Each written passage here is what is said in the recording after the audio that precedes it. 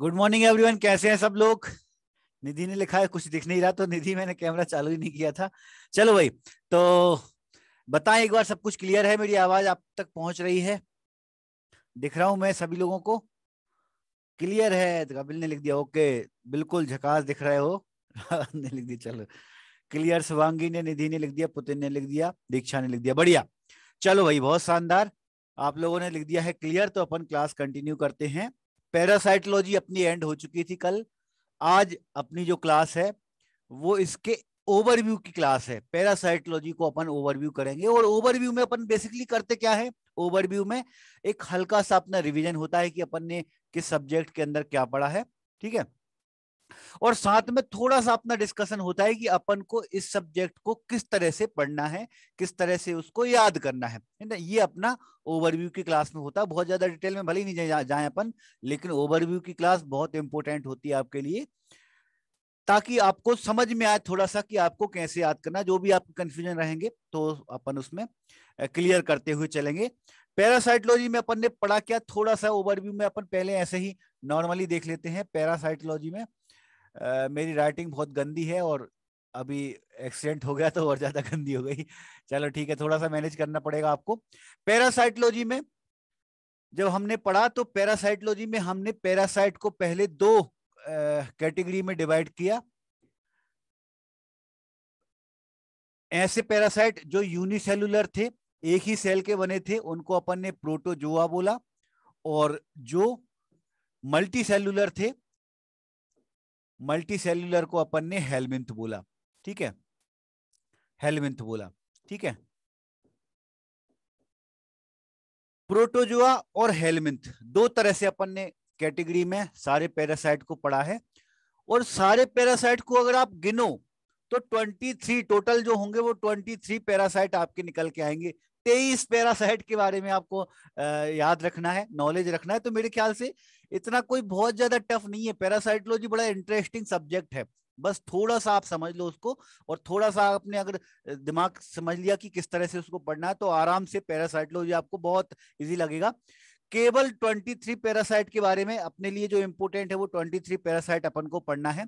और 23 पैरासाइट में भी जो स्टूल के पैरासाइट हैं, अपन ने जब इनका क्लासिफिकेशन किया, तो वैसे तो प्रोटोजोआ के टोटल 11 पैरासाइट निकलते हैं, और हेलमिंथ के अपने 12 पैरासाइट निकलते हैं। दोनों मिलकर मिलाकर अपने 23 होंगे, ठीक है। 11 जो है वो हमारे प्रोटोजोआ है, और 12 जो है हमारे हेलमिंथ हैं। लेकिन जब अपन ने पढ़ाई की, जब अपन ने सब्जेक्ट को आगे बढ़ते हुए चले, तो अपन ने प्रोटोजोआ पहले नहीं पढ़े, हेलमिंथ बाद में नहीं पढ़े। अपन ने सैंपल के अकॉर्डिंग पढ़े। पहले अपन ने ब्लड के पैरासाइट पढ़े, फिर टिश्यू के, फिर सीएसएफ के, फिर यूरिन के, और फिर लास्ट में जाकर अपन ने स्टूल के पैरासाइट पढ़े। और ऐसा क्यों किया अपन ने? क्योंकि स्टूल के पैरासाइट में आपको ज्यादा कुछ समझना ही नहीं है। स्टूल के पैरासाइट में, स्टूल के पैरासाइट में डिसीज तो सबकी सेम होगी, डायरिया डायसेंट्री होगी। थोड़ा बहुत कोई इसमें स्पेसिफिक हो सकता है, जैसे अपन ने बेलेंटिडियम कोलाई में पढ़ा कि उसने अल्सर भी बना दिए। फिर अपन ने आइसोस्पोरा बेली और क्रिप्टोस्पोडियम पारिबम के बारे में पढ़ा, वो सिर्फ इम्यूनिटी जिनकी कमजोर है उनको ही डायरिया कॉज करेगा। लेकिन बेसिकली आप देखें तो स्टूल के पैरासाइट जितने भी हैं वो डायरिया कॉज कर रहे हैं। तो डिसीज में बहुत ज्यादा अपने लिए नहीं जाना। अपने लिए जो ज्यादा इंपॉर्टेंट है वो है मार्फोलॉजी। मार्फोलॉजी मतलब वो कैसे दिखते हैं, ठीक है। स्टूल के पैरासाइट अपने जितने भी हैं, और कितने हैं आप थोड़ा सा काउंट करो। अगर आप टोटल 23 पैरासाइट अपन ने पढ़े हैं, 23 पैरासाइट में से स्टूल के पैरासाइट जो है वो 15 पैरासाइट जो है वो स्टूल के हैं। तो आप 23 में से 15 को अलग निकाल लो, सिर्फ 8 पैरासाइट ही ऐसे बचेंगे जो किसी अदर सैंपल से हम डिटेक्ट कर रहे हैं, या तो ब्लड से, या यूरिन से, या सीएसएफ से, ठीक है। तो सिर्फ 8 पैरासाइट ऐसे निकल के आ रहे हैं जिनको ज्यादा डिटेल में आपको पढ़ना है, ज्यादा बहुत डीपली पढ़ना है, समझना है, उनकी लाइफ साइकिल वगैरह भी समझना है। उनकी मार्फोलॉजी के अलावा भी कुछ चीजें हैं जो आपको डिटेल में जाना है। और उन 8 को छोड़कर बाकी जो हमारे 15 स्टूल के पैरासाइट हैं, उसमें सिर्फ आपको यही समझना है कि आप माइक्रोस्कोप में देखेंगे तो वो किस तरह से दिखेंगे।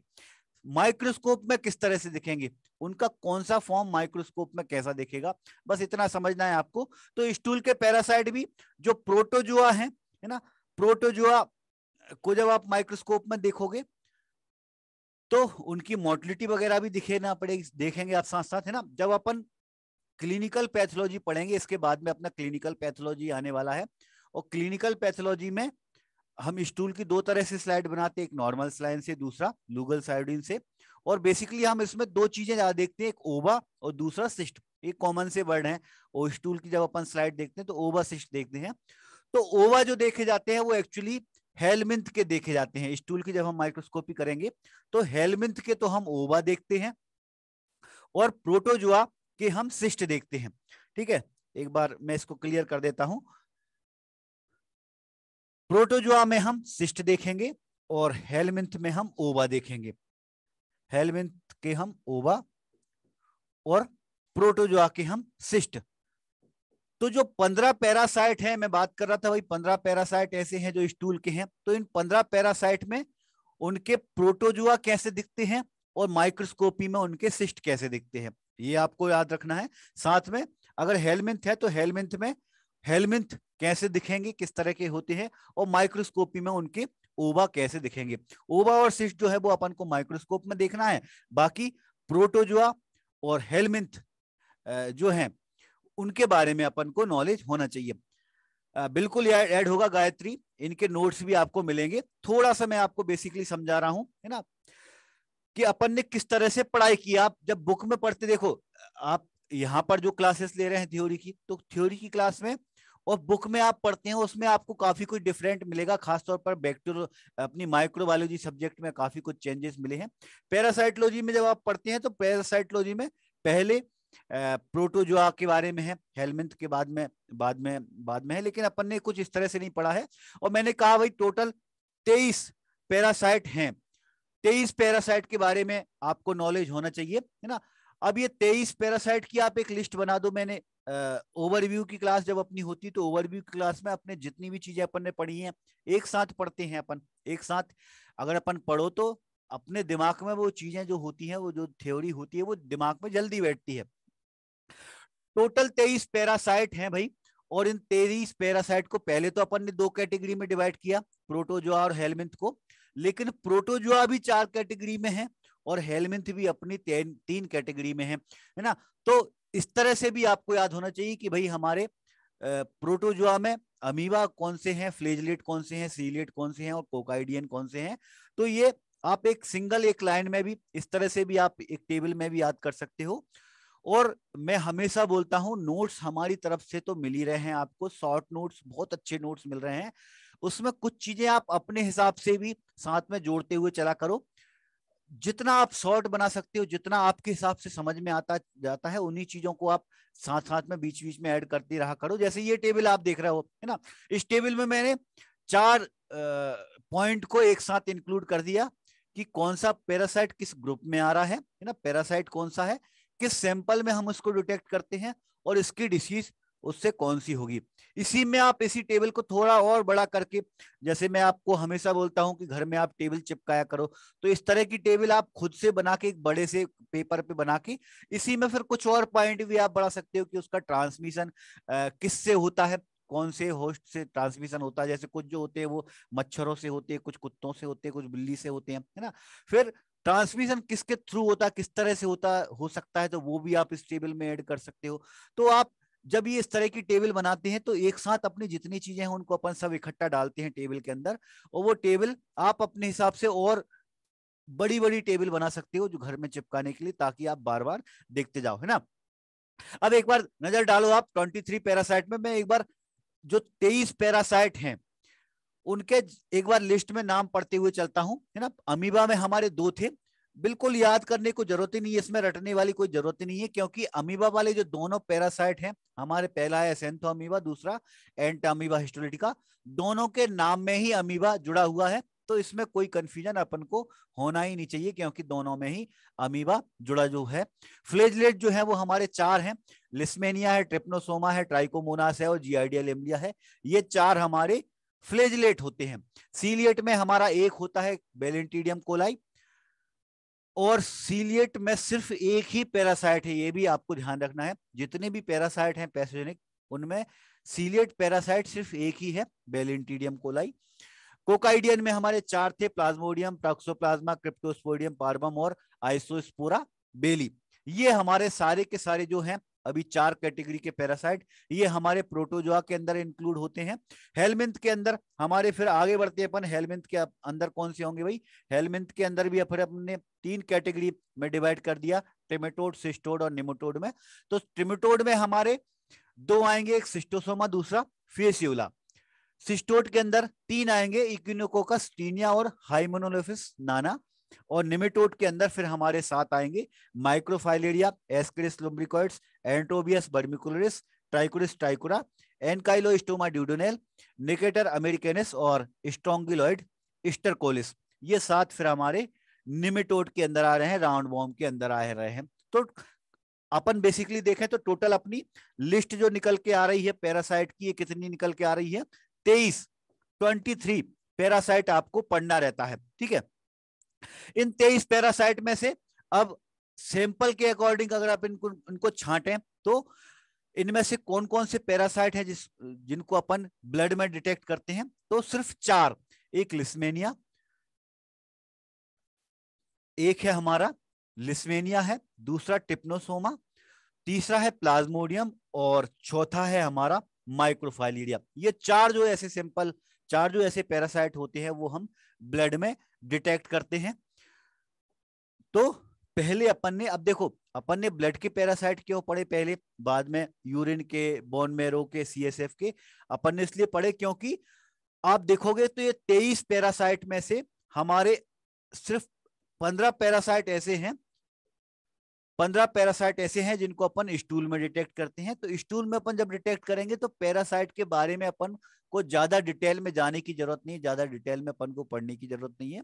अपने लिए उनकी मार्फोलॉजी बड़ी इंपॉर्टेंट है। तो अपन मार्फोलॉजी में उनके, अगर अपन प्रोटोजोआ की बात करेंगे तो प्रोटोजोआ कैसे दिखते हैं और उनके सिस्ट कैसे दिखते हैं। हेलमिंथ की बात करेंगे तो हेलमिंथ में उनके वॉर्म कैसे दिखते हैं और उनके ओवा कैसे दिखते हैं। बस ये चीज अपने लिए इंपॉर्टेंट है, मार्फोलॉजी इंपॉर्टेंट है। तो मतलब 15 ऐसे पैरासाइट है, उनको अगर अपन छोड़ दें तो उनके सिर्फ अपन टेबल से ही पढ़ सकते हैं। बाकी के जो पैरासाइट है, जैसे ब्लड की पैरासाइट है, फ्लूइड के हैं, सीएसएफ के हैं, इनके बारे में अपन को थोड़े और डिटेल में जाना पड़ता है। कुछ पैरासाइट इनमें ज्यादा इंपॉर्टेंट भी हैं, जैसे प्लाज्मोडियम, प्लाज्मोडियम की लाइफ साइकिल भी इंपॉर्टेंट है, स्टेज वगैरह जो है वो सारी की सारी इंपॉर्टेंट है। तो इसीलिए अपन ने सैंपल के अकॉर्डिंग पैरासाइट को पढ़े हैं। पहले अपन ने ब्लड के पैरासाइट पढ़े, ब्लड के बाद में फिर अपन ने मैरो, बोन मैरो का पैरासाइट पढ़ा, फिर फ्लूइड के पैरासाइट पढ़े, फिर सीएसएफ के, फिर यूरिन के पढ़े और लास्ट में जाकर फिर अपन ने स्टूल के पैरासाइट पढ़े हैं। और मैं बोल रहा था भाई, इसके साथ साथ में देखो आप डिसीज मैंने यहाँ टेबल पे आपको डिस्कस की है, काफी कुछ इसके सैंपल के अकॉर्डिंग भी आप डिसीज को कोरिलेट कर सकते हो। कैसे? जैसे ये हमारा एसेंथोअमीबा है, एसेंथोअमीबा पैरासाइट को हम सीएसएफ में डिटेक्ट करते हैं। क्यों ऐसा? क्योंकि उसकी से जो डिसीज होती है वो इंसेफ्लाइटिस होती है। इंसेफ्लाइटिस क्या होगी? ब्रेन के ऊपर, ब्रेन में इन्फ्लामेशन जो होता है उसे अपन इंसेफ्लाइटिस बोलते हैं। अब ब्रेन में इन्फ्लामेशन हो रहा है तो सैंपल अपन ब्लड का नहीं ले सकते, यूरिन का नहीं ले सकते, स्टूल का नहीं ले सकते, क्योंकि पैरासाइट तो ब्रेन में प्रेजेंट है। तो अपन को सैंपल कौन सा लेना पड़ेगा? सीएसएफ का, ठीक है। इसी तरह से आप देखोगे यूटीआई, यूटीआई मतलब यूरिनरी ट्रैक्ट इन्फेक्शन, मतलब पेशेंट को यूरिन में ट्रैक्ट इन्फेक्शन है तो सैंपल अपन ना ब्लड का ले सकते हैं ना स्टूल का ले सकते हैं, सैंपल अपना यूरिन का होगा, ठीक है।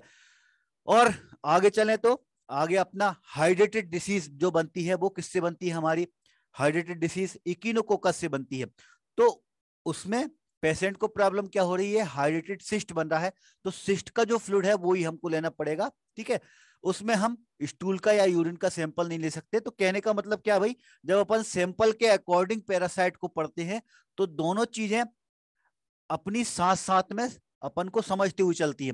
आराम से अपन को पल्ले पड़ता चलता है कि फ्लूइड से अपन ने सैंपल लिया है तो उससे डिसीज जो होगी वो डायरिया नहीं होगा, उसको कोई हाइड्रेटेड डिसीज होगी, है ना। सीएसएफ का सैंपल लिया है तो पेशेंट को कोई डायरिया नहीं होगी, है ना, उसको कोई ऐसा ही सिम्टम्स होगा, ऐसी डिसीज होगी जो उसके ब्रेन को प्रॉब्लम दे रही होगी, इंसेफ्लाइटिस उसको होगा, ठीक है। बाकी ब्लड के जो पैरासाइट है वो ज्यादातर फीवर वाले सिम्टम्स करेंगे या स्वेलिंग वाले करेंगे। तो फीवर या स्वेलिंग वाले सिम्टम्स में हमारे देखो आप, काला अजार अपन ने लिस्मेनिया के लिए पढ़ा, स्लीपिंग सिकनेस, चगास डिसीज जो है वो अपन ने ट्रिपनोसोमा के लिए पढ़ा। और मलेरिया तो हमारा प्लाज्मोडियम होता ही है, बड़ा कॉमन है, तो इसमें तो आपको रटने की जरूरत ही नहीं है। माइक्रोफाइलिडिया में अपना ब्लड की जो पैरासाइट है वो हमारा एलिफेंटियासिस और कालाबार स्वेलिंग करता है। तो आप बेसिकली देखोगे ओवरव्यू में चारों तरह के जो ब्लड के पैरासाइट हैं वो या तो फीवर कॉज कर रहे हैं या फिर स्वेलिंग कॉज कर रहे हैं। हैंड रेस किसी को करने की जरूरत नहीं हुई, चैट बॉक्स आपका ओपन है, डायरेक्ट आप मैसेज कर सकते हो, ठीक है।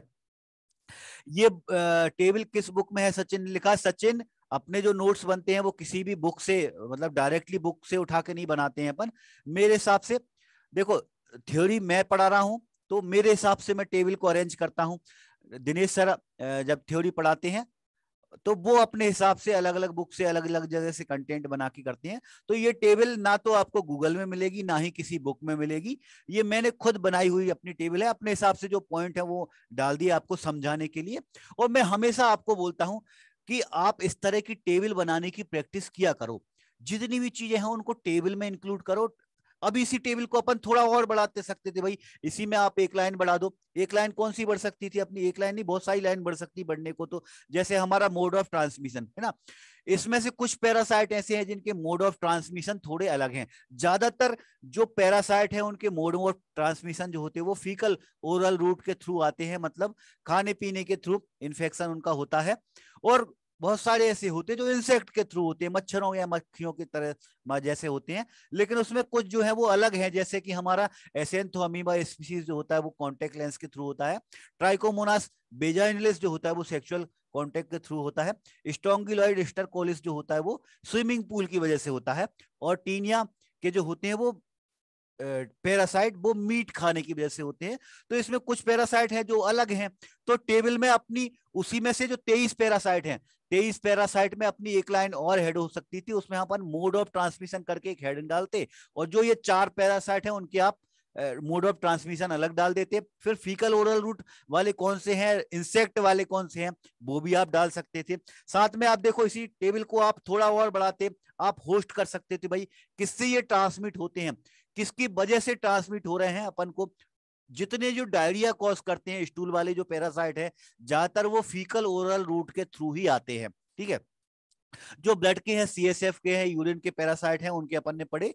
तो इंटरमीडिएट होस्ट में फिर आप देखो कुछ ऐसे पैरासाइट हैं उनके इंटरमीडिएट और डेफिनेट होस्ट अलग अलग हैं, अपने अलावा दूसरे होस्ट हैं उनकी वजह से अपन को ट्रांसमिट होते हैं। जैसे कि प्लाज्मोडियम बड़ा कॉमन सा पैरासाइट है, एनाफ्लीज मॉस्किटो की वजह से होता है।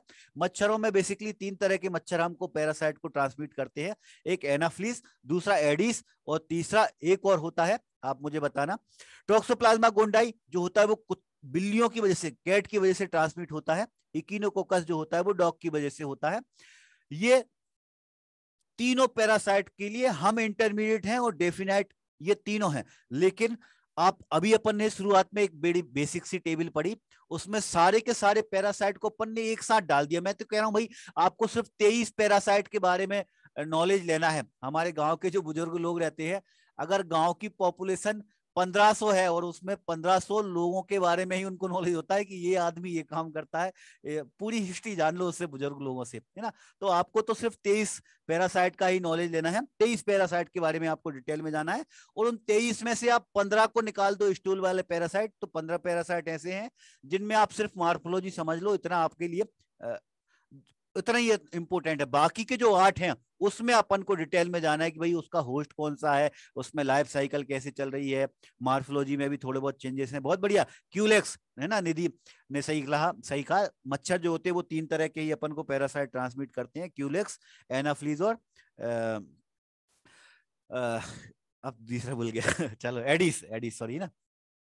चलो इसी तरह से देखो आप, लिस्मेनिया ट्रांसमिट जो होता है वो सैंड फ्लाई से होता है। ट्रिप्नोसोमा जो होता है वो सैट फ्लाई से ट्रांसमिट होता है। ट्रिप्नोसोमा क्रूजी रिडुबिड बग से होता है। Reduviid bug, sand fly, tsetse fly, ये क्या होते हैं? ये सिर्फ मक्खियों के टाइप हैं और ज्यादा कुछ नहीं है, सिर्फ नाम उनके ऐसे हैं जो अपन को थोड़े याद करना पड़ते हैं। बुकेरिया बैंक्रॉफ्टी जो होता है वो मॉस्किटो से, तीनों तरह के किसी भी मॉस्किटो से ट्रांसमिट हो सकता है। लोआ लोआ जो पैरासाइट होता है वो क्रायोसोप, क्रायोसोप जो भी है वो भी एक मक्खी है, कोई सिर्फ नाम उसके अलग हैं। Sand fly, tsetse fly, reduviid bug तो एक्चुअली अलग होता है। और Chrysops, sand fly, tsetse fly और क्रायोसेप्स, ये तीनों एक मक्खियों के टाइप हैं। सिर्फ आपको नाम पे फोकस करना है, नाम आपको याद रखना चाहिए, याद होना चाहिए। लेकिन ये जो टेबल मैंने समझाने का मतलब क्या है भाई, हमारी जो ओवरव्यू की क्लास होती है ये एक गाइडेंस की क्लास है कि आपको पढ़ना कैसे है। पढ़ने के लिए जब भी कोई भी सब्जेक्ट होता है तो सब्जेक्ट में से आप इकट्ठा चीजों को निकालो, उनकी एक लंबी सी टेबल बनाओ, एक बड़ी सी टेबल बनाओ, और पॉसिबल हो सके तो घर पे एक टेबल चिपकाओ। ये जो टेबल थोड़ी देर पहले मैंने अभी डाली है ना, ये टेबल मेरी खुद की बनाई हुई है। आप इस टेबल को, इस तरह की टेबल को बहुत सारी टेबल बना सकते हो। और अगर अपन अपने पास टाइम रहे तो मैं तो टेबल में ही पूरे की पूरी थ्योरी कवर कर सकता हूँ। इसी में टेबल में आप ट्रांसमिशन का भी बढ़ा सकते हो, एक पॉइंट आप होस्ट का भी बढ़ा सकते हो कि किससे ट्रांसमिट हो सकता है ना। इसमें अपने जो कुछ पैरासाइट है जो ट्रांसमिट हुए, तो कौन कौन से किस किस से वजह से ये ट्रांसमिट होते हैं वो भी अपन इसमें बढ़ा सकते हैं। जितने पैरासाइट हैं उनके आप आगे लिख दो, जैसे प्लाज्मोडियम है उसके आगे आप एनाफ्लीज लिख दो, टॉक्सोप्लाज्मा के आगे आप केट लिख दो, इकिनोकोकस के आगे आप डॉग लिख दो। ठीक है, चलो, तो कहने का मतलब क्या है भाई, जो पैरासाइट हैं, जिसमें हमने कहा कि 23 पैरासाइट हैं, तो 23 पैरासाइट में 8 पैरासाइट ऐसे हैं जिनके बारे में आपको डिटेल में नॉलेज होना चाहिए, 1 बाय 1 आपको पता होना चाहिए, है ना। तो डिटेल वाले जो पैरासाइट हैं उनको मैं थोड़े बाद में डिस्कस करूंगा। पहले मैं स्टूल वाले पैरासाइट को डिस्कस कर लेता हूं, क्योंकि स्टूल पैरासाइट की अपनी एक टेबल कल की क्लास में छूट भी गई थी। तो पहले अपन वो 15 वाले पैरासाइट हैं, जो 15 पैरासाइट को अपन को इकट्ठे पढ़ने होते हैं। इकट्ठे क्यों? क्योंकि उनमें अपन को ज्यादा कुछ पढ़ना नहीं है, अपन को शेप, साइज, मोटिलिटी, इतने नॉलेज हो अपना, इतना अपने लिए इंपोर्टेंट है। ठीक है, अब देखो, स्टूल के हो पैरासाइट चाहे किसी दूसरे भी सैंपल के हो, पैरासाइट को अपन ने दो कैटेगरी में डिवाइड किया। पहला अपन ने प्रोटोजोआ, दूसरा अपन ने हेलमिंथ। लेकिन लेकिन जब अपन स्टूल पैरासाइट की बात करेंगे तो स्टूल पैरासाइट में एक पैरासाइट की दो तरह की मार्फोलॉजी अपन को पढ़ना पड़ेगी। अगर अपन प्रोटोजोआ की बात कर रहे हैं तो प्रोटोजोआ में अपन को उसका ट्रोफोजोइट पढ़ना पड़ेगा और दूसरा उसका सिस्ट। ट्रोफोजोइट और सिस्ट क्या होते हैं भाई? ये जो पैरासाइट होते हैं ये दो फॉर्म में प्रेजेंट हो सकते हैं। जब भी उनको कोई ऐसी कंडीशन लगेगी कि वो मर सकते हैं या डिस्ट्रॉय हो सकते हैं, तो वो खुद को एक कवर में ढक लेते हैं, उसी को अपन ने सिस्ट बोलते हैं। तो जब भी अपन स्टूल वाले प्रोटोजोआ पढ़ेंगे तो उनको दो तरह की मार्फोलॉजी अपन को पढ़ना पड़ेगी, एक ट्रोफोजोइट, दूसरा अपना सिस्ट। ठीक है, और स्टूल के पैरासाइट अपने प्रोटोजोआ में है कितने? केवल 5। 5 कौन कौन से भाई? एंटामीवा हिस्टोलिटिका, जियार्डिया लेम्बलिया, बेलेंटिडियम कोलाई, क्रिप्टोस्पोडियम पार्बम और आइसोस्पोरा बेली। ये जो 5 पैरासाइट हैं ये हमारे स्टूल के पैरासाइट हैं। और स्टूल के पैरासाइट में भी कौन से पैरासाइट हैं? ये प्रोटोजोआ। तो प्रोटोजोआ ये 5 है, तो मतलब इनके हमको दो तरह की फॉर्म आपको याद रखना पड़ेगा। एक तो इनका ट्रोफोजोइट कैसा होता है और दूसरा इनका सिस्ट कैसा होता है। एक बात ध्यान रखना, आप हमेशा प्रोटोजोआ जो होते हैं वो ही सिस्ट बनाते हैं। क्यों? क्योंकि प्रोटोजोआ यूनिसेलुलर होते हैं, एक सिंगल सेल के बने होते हैं। हेलमिंथ जो होते हैं वो मल्टी सेलुलर होते हैं, तो उनको सिस्ट बनाने की जरूरत ही नहीं पड़ती, है ना। यूनिसेलुलर एक सिंगल सेल है तो इनको भाई डेड होने की खतरा ज्यादा है। ठीक है, तो सिस्ट फॉर्म जो बनेगा वो हमारे प्रोटोजोआ में ही बनता है। और स्टूल के पैरासाइट में 5 पैरासाइट आपको पढ़ना रहता है। तो देखो, आप एक साथ पढ़ोगे तो आपको ध्यान ज्यादा रहेगा। जब अपन ने प्रोटोजोआ के ट्रोफोजोइट के बारे में पढ़ा तो अपन ने देखा भाई शेप उनके जो होते हैं, अमीबा के शेप हमेशा इरेगुलर ही होंगे, चाहे वो अमीबा किसी भी सैंपल का हो। तो स्टूल के सैंपल में भी उसका जो शेप होगा वो इरेगुलर होगा। जियार्डियल एम्ब्लिया जो होता है हमारा फ्लेजलेट होता है, तो इसका जो शेप होता है वो टेनिस रैकेट की तरह होगा। बेलेंटिडियम कोलाई का जो शेप होगा वो ओवॉइड होगा, साथ में उसका टेपरिंग एंड होगा, लट्टू की तरह। बेलेंटिडियम कोलाई कल की क्लास में अपन ने डिस्कस किया था। क्रिप्टोस्पोडियम पार्बम और आइसोस्पोरा के वेली के हमको ट्रोफोजोइट माइक्रोस्कोपी में नहीं दिखते, ऊसिस्ट दिखते हैं, तो अपन को उनकी ट्रोफोजोइट पढ़ने की जरूरत नहीं है ना। ट्रोफोजोइट में बेसिकली आप 3 को पढ़ लो, आपके लिए सफिशियंट है। साइज बड़ा इंपॉर्टेंट है भाई, साइज जरूर ध्यान रखना पड़ेगा आपको। एंटामीबा हिस्टोलिटिका का जो ट्रोफोजोइट है उसका साइज होता है 20 से 30 माइक्रोमीटर। जियार्डियल एम्ब्लिया का होता है 10 से 20 और बेलेंटीडियम का कोलाई का होता है 50 से लेकर 70, है ना। तो एंटामीवा अपना मीडियम है, जिआरडिया लिम्बला थोड़ा छोटा है, और बेलेंटीडियम कोलाई अपना बहुत बड़ा है, ठीक है।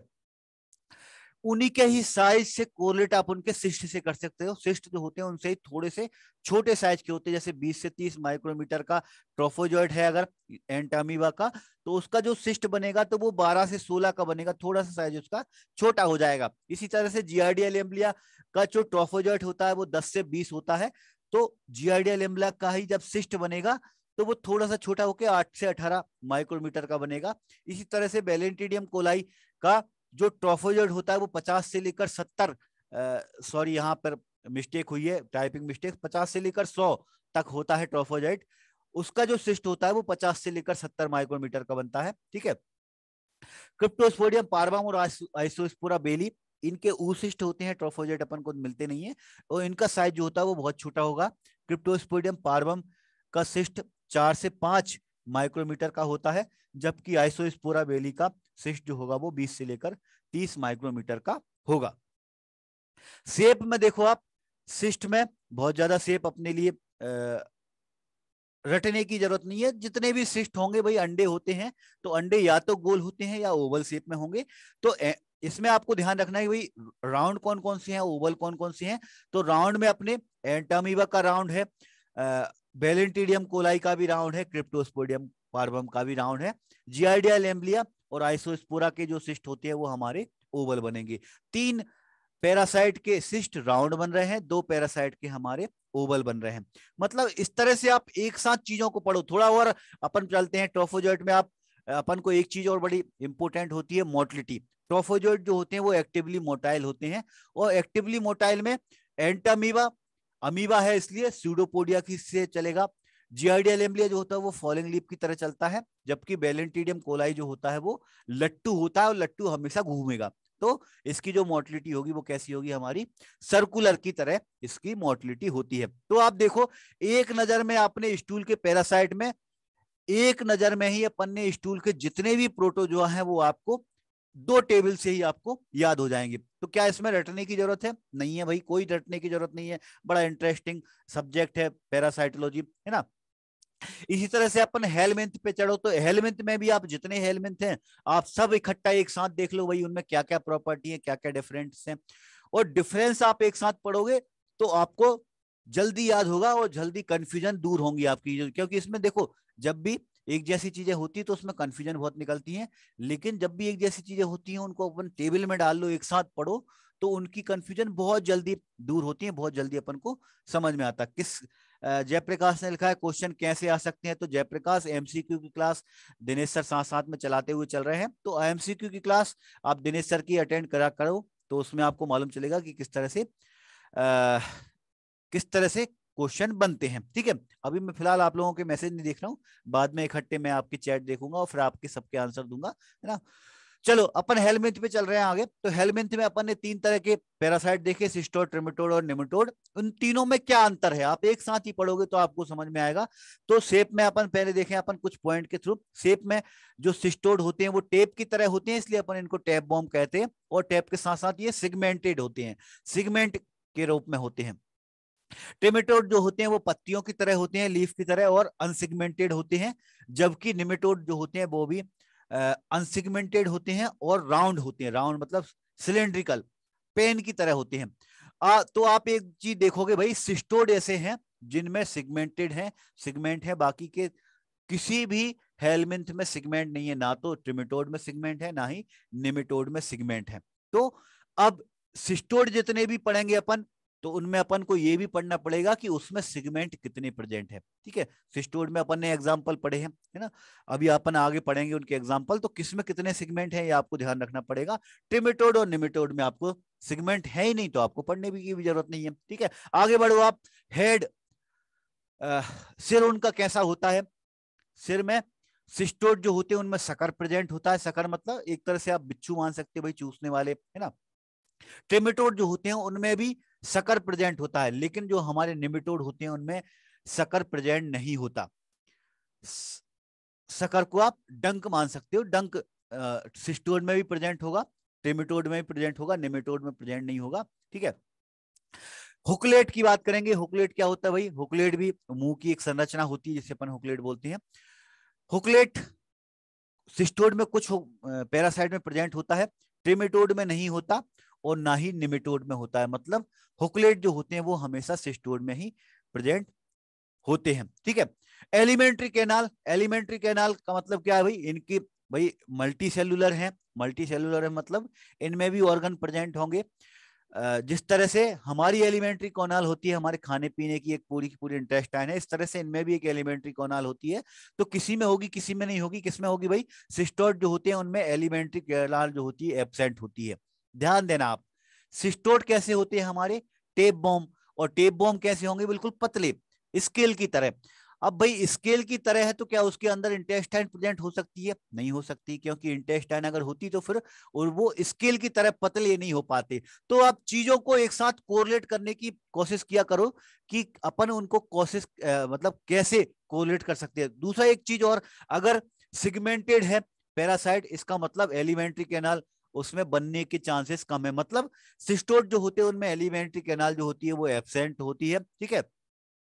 टिमेटोड जो होते हैं उनमें प्रेजेंट होती है और निमेटोड जो होते हैं उनमें भी प्रेजेंट होती है, लेकिन दोनों में थोड़ा सा अंतर है। ट्रेमेटोड की जो एलिमेंट्री कोनाल होती है वो इनकम्प्लीट होती है। इनकम्प्लीट का मतलब क्या है भाई? बीच में आधी होगी ना, आधी बे जाके खत्म हो जाती है। जबकि निमेटोड जो होते हैं उनमें माउथ से लेकर आखिरी तक, पूंछ तक उनकी एलिमेंट्री कैनाल प्रेजेंट होती है। बॉडी कैविटी की बात करेंगे तो बॉडी कैविटी ट्रिमेटोड जो होते हैं उनमें नहीं होती और निमेटोड होते हैं उनमें भी बॉडी कैविटी जो होती है प्रेजेंट होती है ना। सिस्टोड में भी बॉडी कैविटी एब्सेंट होती है। मतलब बॉडी कैविटी जो होगी वो हमारी सिर्फ निमेटोड में ही प्रेजेंट होगी, राउंड वॉर्म में ही प्रेजेंट होगी। खाली स्पेस जो होगा वो सिर्फ हमारे निमेटोड में ही पॉसिबल है ना। क्यों पॉसिबल है भाई? क्योंकि हमारी आप स्केल ले लो तो स्केल में भी खाली जगह नहीं मिल पाएगी, हमारी पत्तियां होंगी उसमें भी नहीं मिल पाएगी। लेकिन आप पेन से कंपैरिजन करो तो पेन में अपन रिफिल डाल देते हैं, रिफिल के बाद में भी एक खाली स्पेस बन जाता है ना। तो खाली स्पेस हमारा किसमें हो सकता है? निमेटोड में। तो निमेटोड जो होती है उनमें बॉडी कैविटी प्रेजेंट होती है। अगला एक और बड़ा इंपॉर्टेंट पॉइंट है सेक्सेस का। तो सेक्सेस में सिस्टोड जो होते हैं वो मोनोसियस होते हैं। मोनोसियस मतलब इनमें मेल और फीमेल पैरासाइट जो होंगे वो अलग अलग होंगे। ट्रेमेटोड भी कुछ इस तरह से होते हैं, लेकिन मैंने उनमें एक पैरासाइट जो है वो अलग है, सिस्टोसोमा। सिस्टोसोमा में दोनों तरह के ही सेक्सेस एक ही पैरासाइट में प्रेजेंट होते हैं। और निमेटोड जो होते हैं ये भी डाइसिस ही प्रेजेंट होते हैं। मतलब निमेटोड सारे जो होते हैं वो हर्माफ्रोडाइट हो सकते हैं।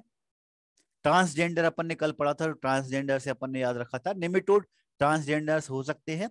ट्रिमेटोड वैसे तो नहीं होते, लेकिन अपना एक सिस्टोसोमा पैरासाइट है जो हमारा हो सकता है हर्माफ्रोडाइट।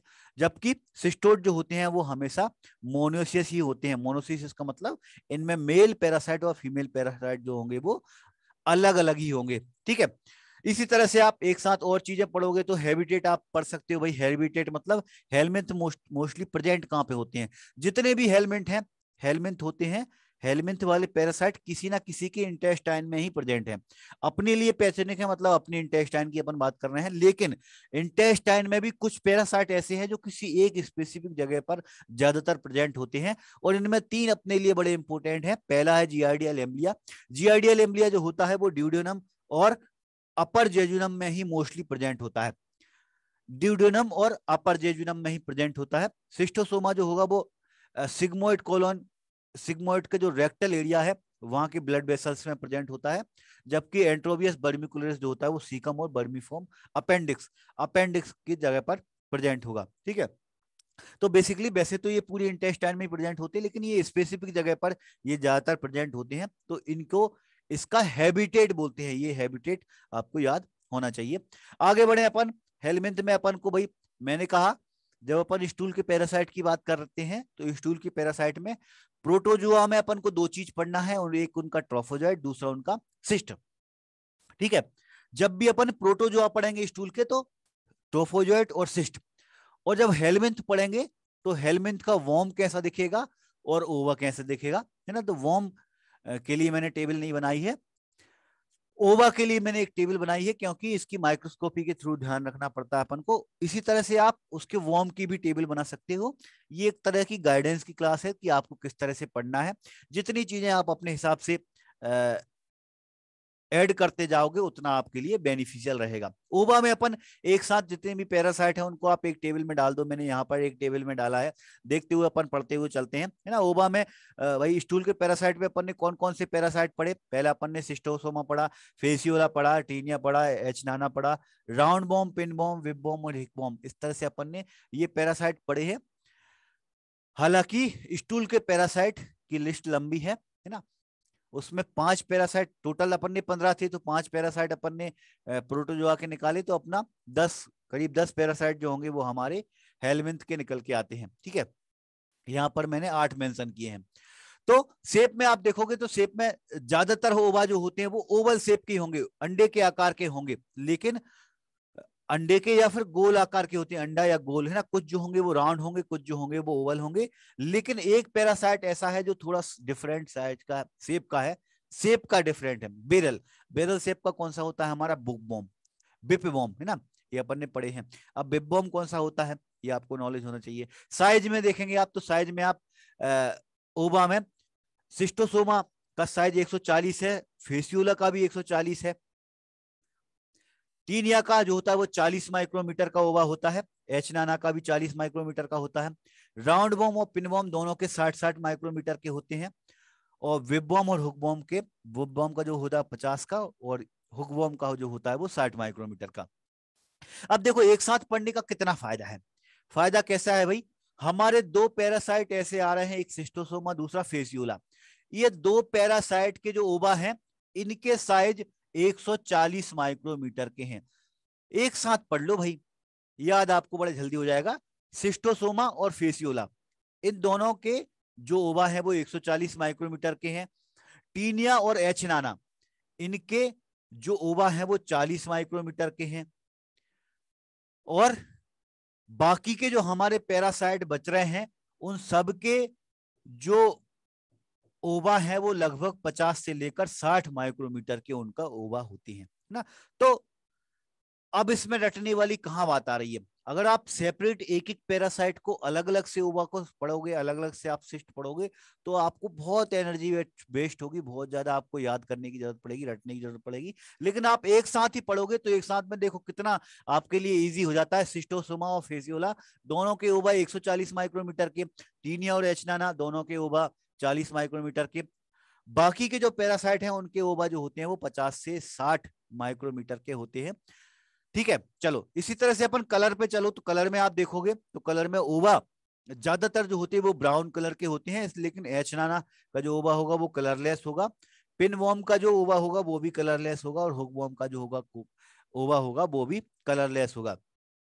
3 जो पैरासाइट हैं उनके ओवा कलरलेस आ रहे हैं, बाकी के सारे ओवा जो है वो ब्राउन कलर के आ रहे हैं। स्पेशल फीचर पे चलो आप, तो स्पेशल फीचर में भी सिस्टोसोमा का जो ओवा होता है उसमें टर्मिनल स्पाइन होता है। टर्मिनल स्पाइन अपन ने कुछ इस तरह से पढ़ा था भाई, इस तरह से कांटा टाइप का होगा, टर्मिनल स्पाइन होगा हमारा सिस्टोसोमा का। फेसियोला में ओपरकुलेटेड, ओपरकुलेटेड में अपन ने ढक्कन की तरह पढ़ा भाई, उसमें ओवा तो होगा लेकिन इसमें ढक्कन की तरह प्रेजेंट होगा, पैरासाइट में ढक्कन की तरह होता है ना। टीनिया जो होता है इसमें एक स्पेशल फीचर होता है, इसमें थिक बॉल है। इसमें जब पैरासाइट देखोगे तो ओवा इसका राउंड तो दिखेगा, लेकिन चारों तरफ इसकी जो वॉल होगी वो बहुत ज्यादा थिक होगी, है ना। तो थिक बॉल अपन को किसमें दिखेगा, टीनिया में। एचनाना में बॉल जो होगी वो डबल लेयर दिखेगी आपको, एक लेयर अलग है दूसरी लेयर अलग है, दोनों में आपको डबल लेयर दिखेगी, ये उसकी स्पेशल फीचर है। पिनवॉर्म के अंदर कोयल लार्वा दिखेगा, लार्वा उसके अंदर जो पैरासाइट है उसके अंदर अंदर आपको बहुत ज्यादा लार्वा भरा हुआ दिखेगा, कोइल्ड। ठीक है, बिप बॉम जो होता है उसमें दोनों तरफ प्लग लगे होते हैं, दोनों तरफ प्लग को आप जैसे अपन ने ढोलक के एग्जांपल से पढ़ा भाई, बैरल शेप के होते हैं और प्लग दोनों तरफ इस तरह से ढक्कन लगे हुए हैं, है ना। और जबकि जो हुक बॉम होता है उसमें क्लियर स्पेस होता है। तो आप एक साथ देखो जितने भी पैरासाइट के ओवा हैं, है ना, उसमें एक में टर्मिनल है, एक में ओपरकुलेटेड है, एक में थिक बॉल है, एक में डबल लेयर है, एक में कोइल्ड लार्वा है, एक में प्लग दोनों तरफ एंड है, और एक में क्लियर स्पेस है। तो कभी भी इनसे क्वेश्चन बना, देखो कि आप पूछ रहे थे सर क्वेश्चन कैसे बनता है, तो एग्जाम में अगर क्वेश्चन आए तो उसमें किसी पैरासाइट की कोई एक प्रॉपर्टी लिखी है कि एक पैरासाइट है ना, जो कि 140 उसका ओवा 140 माइक्रोमीटर का है, ब्राउन कलर का है और उसमें टर्मिनल स्पाइन प्रेजेंट है, तो उसका नाम बताइए। बहुत बढ़िया, गायत्री ने लिखा इससे क्वेश्चन कैसे बनते हैं, नाम बताइए ना, नाम बताइए टाइप वाले क्वेश्चन। तो नाम बताइए में अगर ये स्पीसीज ये प्रॉपर्टी आपको दिख रही है कि 140 भी है, ब्राउन भी है, टर्मिनल स्पाइन भी है, तो आप झट से पहचान सकते हो भाई हमारा जो पैरासाइट है वो सिस्टोसोमा है। ठीक है, या फिर कई बार ऐसा भी हो सकता है एग्जाम में कि ऊपर पैरासाइट का नाम लिखा है कि इनमें से कौन सी प्रॉपर्टी सिस्टोसोमा की प्रॉपर्टी है, और चार ऑप्शन में से आपका टर्मिनल स्पाइन, ओपरकुलेटेड, कोइड लार्वा या फिर प्लग एंड है ना, तो आपका टर्मिनल जो होगा वो उसका आंसर हो जाएगा है ना। तो इस तरह से आपको हर एक पैरासाइट की प्रॉपर्टी,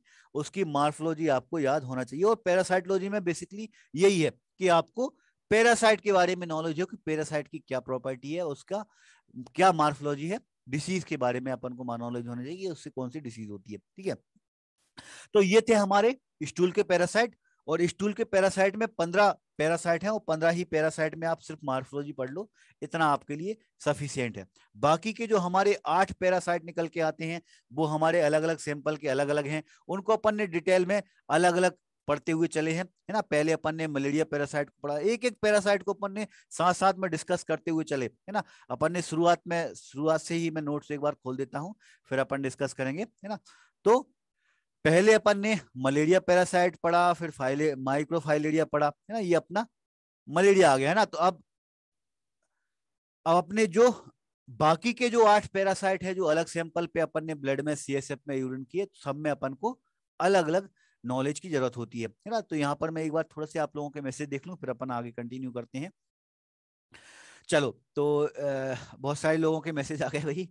चलो, ठाकुर ने लिखा मॉस्किटो भी स्प्रेड करता है सर, एनाफ्लीज, हाँ एनाफ्लीज का मैंने बोल दिया ठाकुर।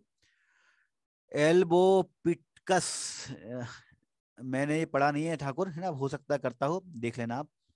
स्पेशल नेम वाली टेबल है सर, जैसे पिनवॉर्म टेबल, हाँ देखो अब बहुत बढ़िया, गायत्री ने एक चीज इंक्लूड की, इन चीजों को आप इस तरह से और इंक्लूड कर सकते हो। जैसे स्टूल के पैरासाइट है, तो स्टूल के पैरासाइट में आप स्पेशल नाम को एक अलग कर दो कि पिनवॉर्म का नाम क्या है, टेप बॉम्ब का नाम क्या है, बिब बॉम्ब का नाम क्या है, हुक बॉम्ब का नाम क्या है, तो आप उसकी भी एक छोटी सी टेबल बना सकते हो है ना। कहने का मतलब भाई जो क्लास है वो एक गाइडेंस की क्लास है कि आप किस तरह से इसको पढ़ाई कर सकते हो। ठीक है, बहुत बढ़िया। देखो आप, ठाकुर ने लिखा इनमें जो न्यूक्लियाई होते हैं उनकी लोकेशन, उनके नंबर, ये भी बड़े इंपोर्टेंट हैं ठाकुर, इनको भी आप साथ साथ में टेबल में इंक्लूड कर सकते हो। जैसे आप देखो यहाँ टेबल में मैंने शायद डाला था, डिस्कस करना मैं भूल गया, किसमें कितने न्यूक्लियाई प्रेजेंट होते हैं, उनकी लोकेशन क्या होती है, उसके आधार पर तो अपन पहचानते हैं अपना।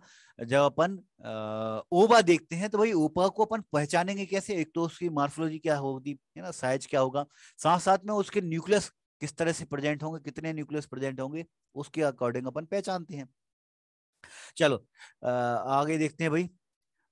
सर उल्टा हो गया मामला, ट्राइकुरस ट्राइकुरा, हाँ बहुत बढ़िया, बिबोम जो होता है वो ट्राइकुरस ट्राइकुरा होता है, बहुत शानदार। लार्जेस्ट पैरासाइट बेलेंटिडियम कोलाई अपन ने पहले ही पढ़ चुका है भाई। इस तरह से आप क्लास में ही क्वेश्चन मत पूछा करो कि आप बताओ ये बताओ। चलो, टेस्ट स्टार्ट हो तो चुके हैं जितेंद्र, डेली अपलोड होना शुरू हो गए हैं ना। आज अपनी इंग्लिश की क्लास और हो जाए, आप देखोगे तो प्रैक्टिस वाले टेस्ट जो है वो शुरू हो चुके हैं, मेरे ख्याल से 2-3 तो अपलोड हो ही चुके हैं है ना। अब थोड़ी और स्पीड हम बढ़ा देंगे, स्टार्ट तो हो चुके हैं टेस्ट है ना। अभी मैथ वाले, स्टार्टिंग में मैथ वाले टेस्ट एमसीक्यू डाले थे, तो मैथ वाले आप पहले कंप्लीट कर लो। ठीक है, चलो बहुत बढ़िया। तो ये अपन ने 15 पैरासाइट स्टूल के पैरासाइट पढ़े, उसके बाद में फिर अपने बाकी के जो पैरासाइट निकल के आते हैं, हालांकि अपन ने इनको पहले पढ़ा था है ना। मैंने अभी शुरुआत में स्टूल को पहले डिस्कस इसलिए कर लिया क्योंकि स्टूल अपने टेबल के ही, सिर्फ टेबल टेबल आप पढ़ लो उतने में आपका कवर हो जाता है। आप टेबल से जितने भी पॉइंट है सारे टेबल में डाल दो उनकी मार्फोलॉजी को। ठीक है, मैथ में बहुत सारे क्वेश्चन गलत कैसे हैं भाई ठाकुर, नहीं हो सकता, आप मुझे बताना कौन सा क्वेश्चन गलत है, कौन से में मिस्टेक आ रही है, मैं उसको करेक्ट करवा दूंगा। वैसे होना नहीं चाहिए ऐसा।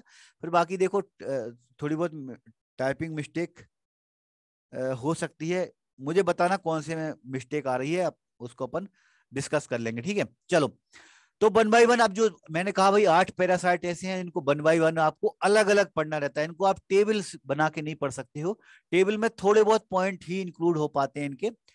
8 पैरासाइट को थोड़े डीप नॉलेज अपन को लेना पड़ता है। उसमें सबसे ज्यादा अपना इंपॉर्टेंट है मलेरिया पैरासाइट। मलेरिया पैरासाइट की वैसे तो 4 स्पीशीज होती हैं, प्लाज्मोडियम, वाइवेक्स, फैलसीफेरम, ओबेल और मलेरियाई। लेकिन 2 अपने लिए इंपॉर्टेंट है, एक वाइवेक्स, दूसरा फेल्सीफेरम, है ना। वाइवेक्स और फेल्सीफेरम दोनों के बारे में अपन ने डिटेल में पढ़ा है, और इसका लाइफ साइकिल बड़ी इंपॉर्टेंट है। ये क्वेश्चन अभी तक आप प्रीवियस पेपर में देखोगे तो लाइफ साइकिल से बहुत क्वेश्चन बने हैं। तो लाइफ साइकिल में कौन सी स्टेज किसके बाद में आती है भाई? मच्छर जब काटता है तो मच्छर में जो गैमीट, पहले गैमीट बनते हैं, गैमीट से फिर जाइगोट, जाइगोट से फिर ऊसिस्ट बनता है, ऊसिस्ट से स्पोरोजाइट, स्पोरोजाइट्स जो होते हैं वो जब भी मच्छर किसी नॉर्मल को काटेगा तो स्पोरोजोइट उसमें डाल देगा। स्पोरोजोइट फिर ह्यूमन के अंदर कैसे होंगे? ह्यूमन के अंदर ये साइजॉइंट बनाएंगे, साइजॉइंट मीरोजॉइट बनाते हैं, मीरोजॉइट जो होते हैं वो ट्रोफोजॉइट बनाते हैं, ट्रोफोजॉइट आगे चलकर गैमेटोसाइट बना लेते हैं। तो ये पूरी लाइफ साइकिल आपको नॉलेज होना चाहिए। बड़े शॉर्ट में मैं अभी आप डिस्कस कर रहा हूँ, शॉर्ट में इसलिए क्योंकि अभी सिर्फ अपनी एक गाइडेंस की क्लास है, ओवरव्यू की क्लास है ना। कोई कंफ्यूजन है, कहीं पे कोई डाउट है तो आप उसको पूछ भी सकते हैं।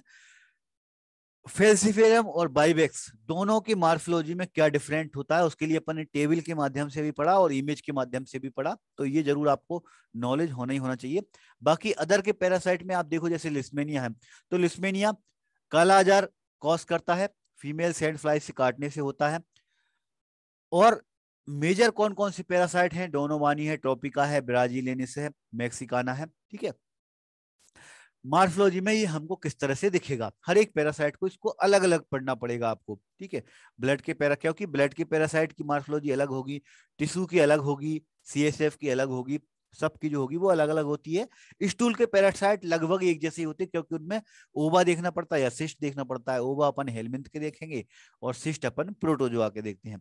इसी तरह से ट्रिप्नोसोमा की बात करें तो ट्रिप्नोसोमा में 2 तरह की स्पीसीज अपन ने पढ़ी, एक ट्रिप्नोसोमा ब्रूजी, दूसरा ट्रिप्नोसोमा क्रूजी, है ना।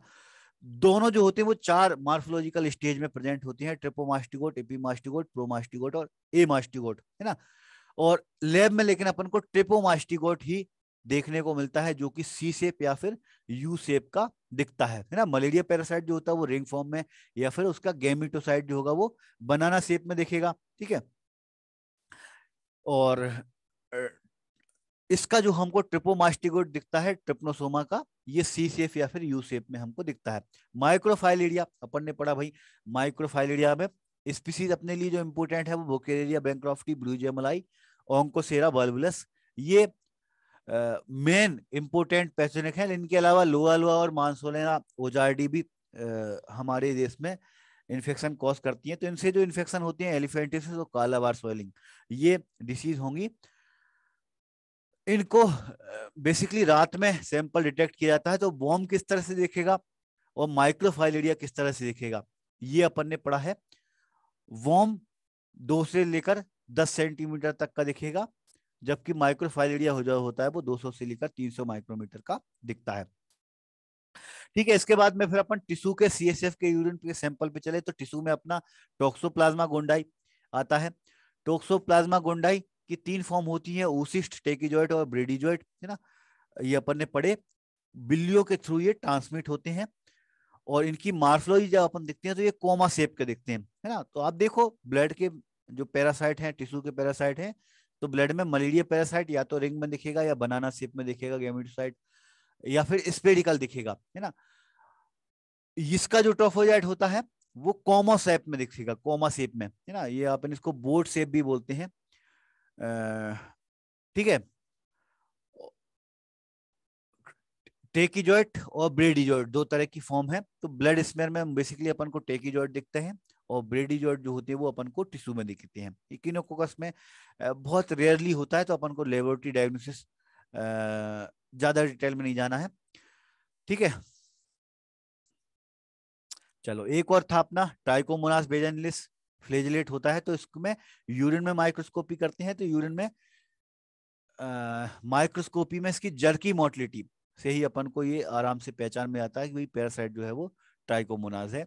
बाकी स्टेन करके अपन देखें तो इसमें स्टेन करके देखने पर ये 10 से 15 माइक्रोमीटर का दिखेगा, वो बियर शेप का दिखेगा।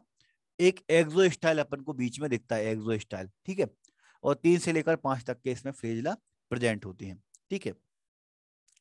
तो ये था भाई अपनी आज की क्लास, है ना। पैरासाइट को अपन ने बहुत शॉर्ट में, बहुत जल्दी जल्दी, पैरासाइटोलॉजी सब्जेक्ट अच्छा है और इंटरेस्टिंग सब्जेक्ट है। अगर आप उसको इंटरेस्ट लेकर पढ़ोगे, इंटरेस्ट कैसे लेना है, आपको पैरासाइट के बारे में नॉलेज लेना है ना, कि हमारे भाई 23 पैरासाइट हैं तो उनकी प्रॉपर्टी क्या है। तो उनमें 23 में तो 15 तो आप अलग निकाल लोगे, तो उसमें 15 पैरासाइट स्टूल के निकाल दिए अपन ने, तो उसमें सिर्फ मार्फोलॉजी आप पढ़ लो, मार्फोलॉजी आप समझ लो, इतना आपके लिए सफिशियंट है।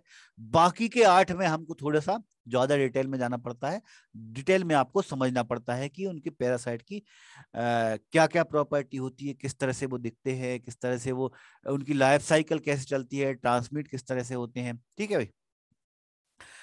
चलो तो अब बताए भाई, कोई डाउट, कोई क्वेश्चन।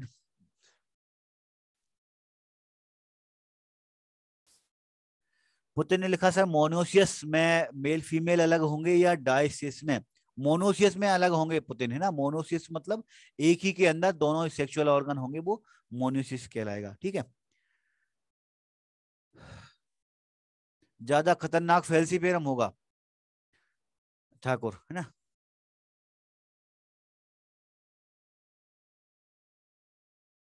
रिवीजन करवा दीजिए, गायत्री ने लिखा। गायत्री रिवीजन आपको रिकॉर्डेड क्लास मिल तो रही है, रिवीजन अपन कैसे पॉसिबल है ना।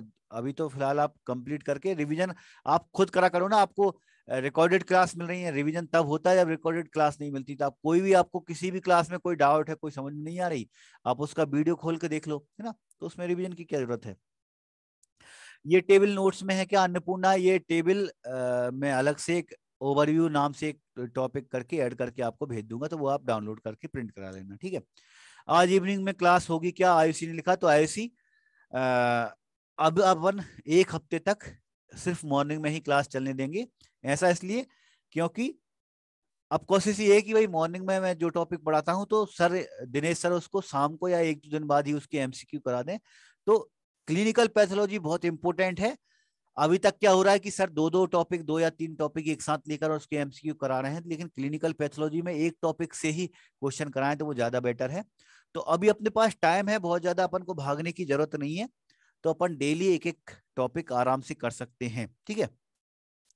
बाकी अपन ने बहुत अच्छा कवर कर लिया है अपना। देखो आज अपना मई एंड हो रहा है, और मई एंड में अपने टोटल 66 टॉपिक हो चुके हैं, 9 टॉपिक अपने और बचे हैं होने को। तो वो 3 दिन में भी अपन करा सकते हैं, मैं हम चाहें तो 3 दिन में ही एक साथ में 3-3 क्लास करा के करा दूं, लेकिन वो बहुत ज्यादा खिचड़ी बन जाती है ना। तो अपना एक एक टॉपिक ही अपन डेली चलने देते हैं, तो थोड़े और बहुत ज्यादा अपन को टेंशन लेने की जरूरत नहीं है।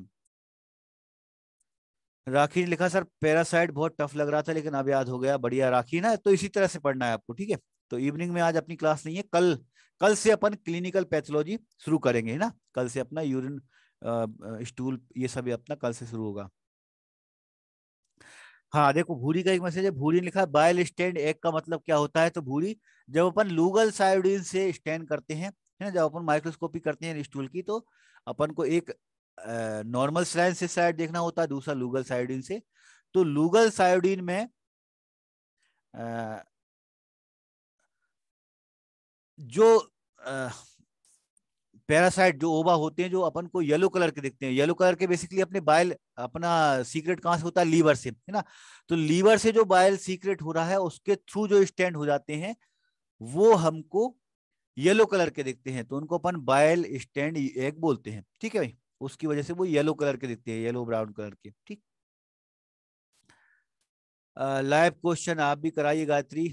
नहीं गायत्री, दिनेश सर करा तो रहे हैं, दिनेश सर बहुत अच्छा लाइव क्वेश्चन के साथ साथ थ्योरी भी करा रहे हैं, ठीक है। बाकी के पीडीएफ भी अपलोड हो जाएंगे, बिल्कुल अपलोड हो जाएंगे भाई, जल्दी अपलोड हो जाएंगे।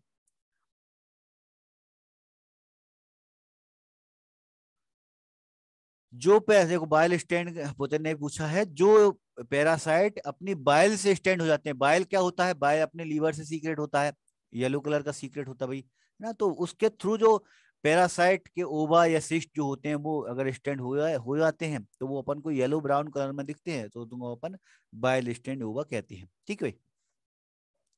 चलो तो फिर आज की क्लास के लिए बस इतना ही रहने देते हैं अपन। कल से अपन क्लिनिकल पैथोलॉजी शुरू करेंगे, ठीक है। निकेटर अमेरिकनस के बारे में भी थोड़ा एक्सप्लेन कीजिए। चलो आप लोग पढ़ो, और कोई कंफ्यूजन है तो अपन